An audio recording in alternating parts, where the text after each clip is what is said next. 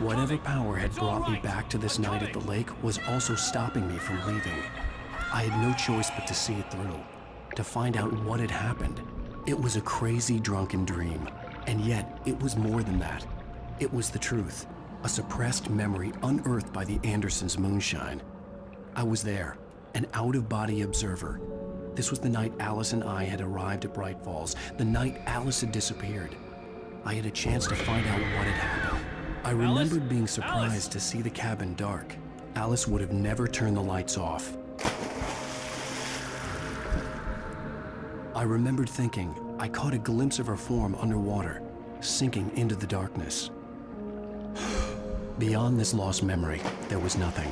I had to follow the footsteps of my past self to find out what had happened that night. Diving after her was the last vague memory I had of that night. After that, the next thing I could remember was waking up behind the wheel of the crashed car and finding the first pages of the manuscript.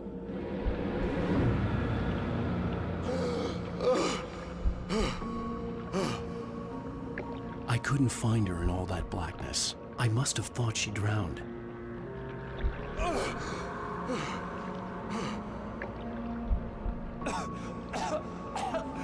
Alice! Jagger had Alice, and so she had me. Alice!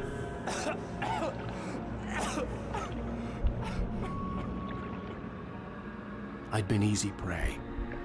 Look at the cabin. Is there someone in the window? Alice? Maybe she didn't drown after all. Maybe she's inside. Alice! Yes. The dark presence had touched me. She had dug her nails into my brain and used me, made me her puppet.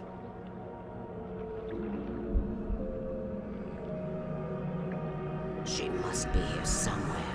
Maybe upstairs in the study. Alice! Yes, that's where she is. You can apologize. Alice! You'll laugh at the whole thing together and put it behind you. Alice? She's not here. You were foolish to think so. No, she's dead. She drowned. No, no, no! It's your fault your wife is dead. You are guilty. All she wanted was to help you right. You killed her. Ah! Oh, hush. There's still hope. Cauldron Lake is a special place. Here, you have the power to change things. She wanted you to write. I will tell you what to do.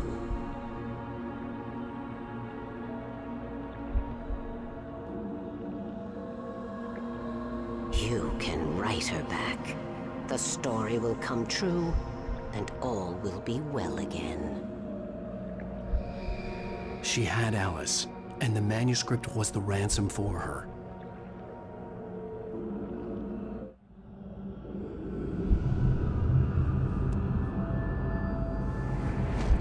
Yes. All right. I'll fix it. I'll bring her back.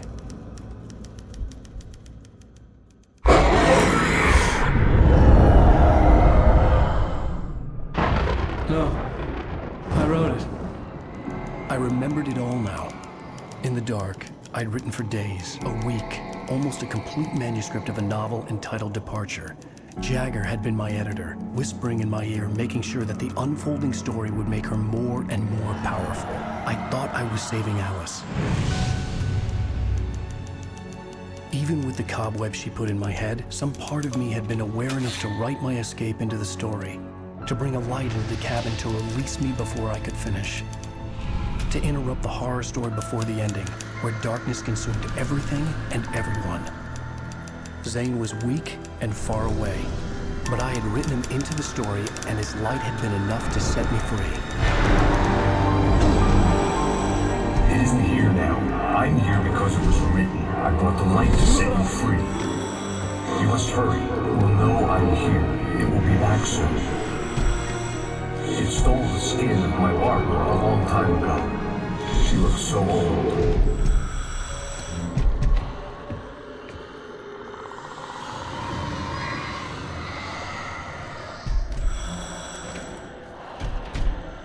I had woken up, confused and groggy, my mind consumed by darkness and fear. All I could do was to escape.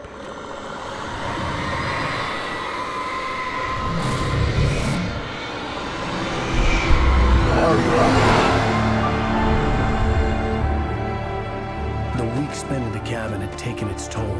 I was barely conscious and fading fast. It had to have cost Zane terribly, thrown him even deeper into whatever dark place he now haunted. But he had managed to weaken the dark presence, kept me safe that night.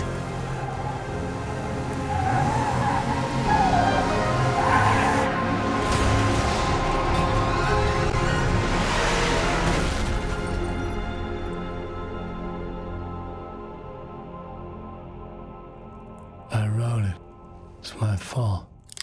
That's right, James Joyce. It's your fault, and you're gonna pay for it.